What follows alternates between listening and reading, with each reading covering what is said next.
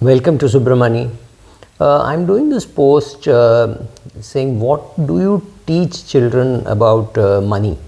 Well, lots of things. Depending on your child's age, whether a child is a 3-year-old or a 8-year-old or a 16-year-old, there are a lot of things to be taught.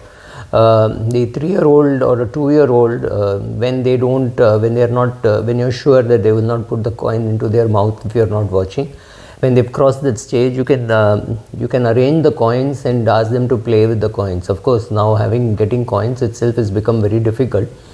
But when my daughter was younger, I could get 1 rupee, 2 rupees, 50 paise, I think 25 paise. All those coins were there, so you could arrange the coins and play games. So that's where you start. Second, you take them with you to the shop where you make the payment. You take them to the ATM where you know where they get money from, and that's the stage when you explain that your parents go to the office and somebody puts money into that ATM. It does not come there by magic, so therefore you have to go to the office, you have to sit late, you have to come late. All those things happen, therefore there is money in the box, and when you put a card you get money, and that is the money that you use to buy things. Slowly, when they're 4-5 years old, or rather by the time they're in 3rd standard, 4th standard, and they know addition, subtraction well enough, you could send them to the shop and ask them to pay cash. Now, many people today don't pay cash. They tell the shopkeeper, oh, just put it in our account. I thought it was very useful for me to send my daughter to do all that shopping. So 2-3 items to buy, give a 100 rupee note, take back money, right? These are things which you don't sit and actually teach, but these are things which are built into the day-to-day activities of the kid. So by the time my daughter was in maybe class 5, class 6, she knew that a house would cost 50 lakhs, a car would cost 10 lakhs, 8 lakhs. All those numbers she could understand, and she had an approximate idea of what was happening. So once and I would play with all her toys and sit and say, okay, all these toys have a price. The ones which you have used well is something which you have derived value from, right? So when you don't teach value buying, you can't teach value investing at a much later stage in life. So she knew that it had a price, it had a value, and these words sunk in. Of course, all the phone conversations with friends, classmates, relatives coming home, and so all those words like compounding and all were they're part of her jargon, but that may not be true for everybody. But teaching them to save money, teaching them to buy goods, I never wanted to buy anything for her which she was not willing to approve. So whether it was taking her to the shop and asking her to pick a dress, or asking her to pick up a child care of her choice, even a doctor of her choice, she chose one. She unchose one doctor whom we had chosen. She said, no, I will not go to this doctor, and so we had to change the pediatrician. So all those things, everything is the process of teaching, learning, right? So there's a lot of learning also. So I must explain this learning to you. We were going around a mall. We saw a big teddy bear, full size, and you please remember, this was when my daughter must have been in 5th standard or 6th standard. So really, at least a decade back. That teddy bear was 6,000 rupees, and I said, I don't have money. And I left the conversation at that, and then while going home I had to buy bread, and she said, look, you have money, right? So I understood that when you come to sell something to me and I say I don't have money, I mean it is not my priority for that, right? The product which you are selling is not my priority, therefore I am not allocating money towards that product. But children don't understand. Children think no money means you don't have money to buy bread, you don't have money to buy milk. So I had to explain to her that right now that's not a priority. And then I took her to Crawford Market. I found I knew there was a toy shop there. And I went and looked for the exactly similar teddy bear, and that was 1/4 the price. I am not exaggerating, it was 1,500. I got so excited, I bought 2, gave one to my niece and kept one for my daughter. So you realize the pleasures of doing all this. So I also introduced her to Crawford Market, because she now shops regularly at Crawford Market, at Colaba, at Bandra. All these are all Bombay locations where children are rarely taken, right? Very few people. I would take my daughter when she was in class 5, class 6, class 7. I don't remember exactly the year, and now she knows where to buy sketch pens, she knows the place. She introduces her friends to that place. So these are all the money learnings that children get. So they learn the cost of the advantages of prioritizing. So I would give her an X amount of money for Diwali and used to tell her, you can buy whatever you want. You have to buy a dress, you have to buy some crackers, and it could be 99 one or 1 and 99, whatever it goes. So she learned something about money there.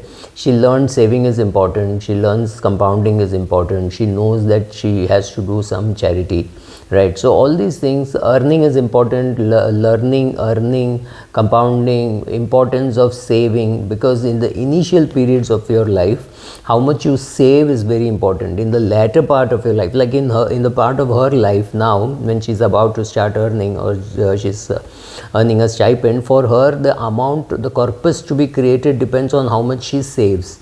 At my age, it is very important as to what return I get. 1% extra return can make a big difference. For her, it can't make any difference. For her, 5% or 10% extra that she can save from her earnings is more important in creating the corpus. So in this whole process, they understand that they should avoid frivolous spending. They also know that once in a while they can indulge themselves. They know how to book tickets. They learn how to travel, right? All these things are slowly taught and caught. You cannot live a life which is very, very different. You say, I will be extravagant and you have to be frugal. It doesn't really help. You want her to be extravagant once in a while, that's fine. So teach her how to do that also, right? So she should know why a cup of tea in the footpath outside the Taj in Bombay costs maybe 15 rupees, and why the same tea or similar tea inside sitting in Sea Lounge costs 1000 rupees, right? You pay for the ambience. But there are times when you want that and times when you want this, and you can be the same person doing both.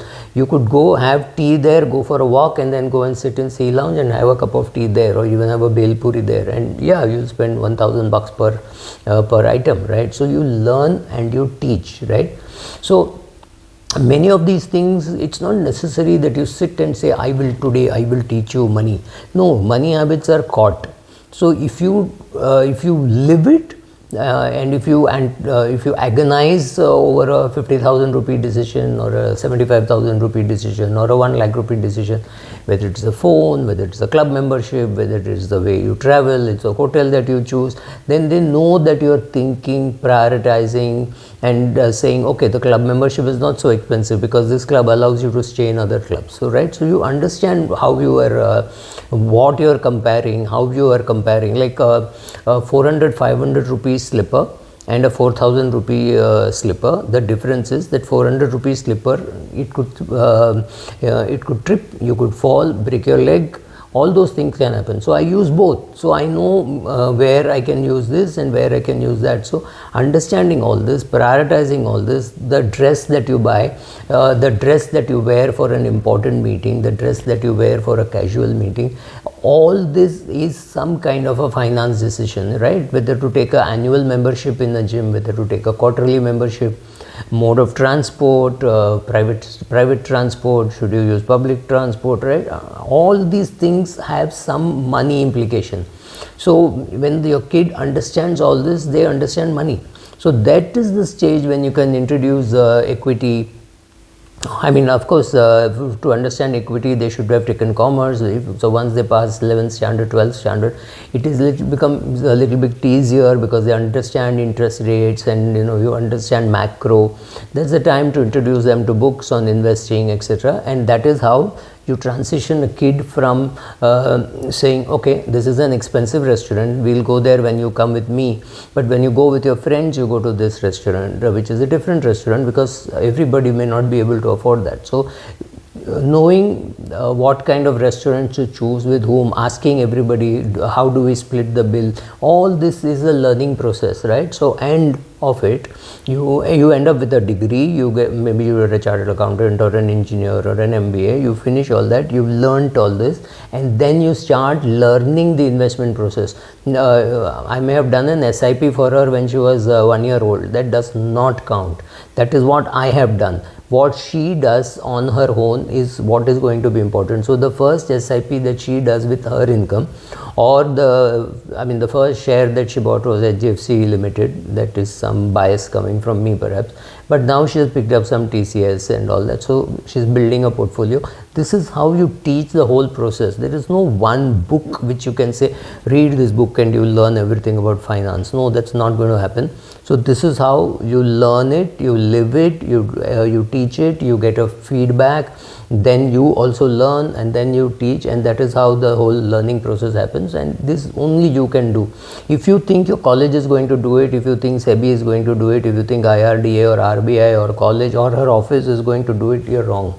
None of them will do it. It is not in their interest that she understands or your son understands money, right? It's your job. You have to do it. It's a full-time job. So don't ignore it.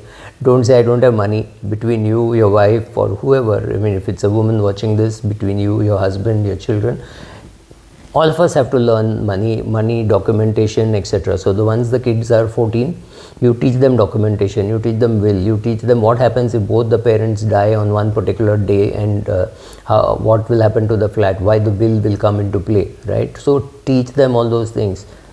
COVID at least taught me that I have to, I insist that people talk money with their kids, right? That's the job. Thank you.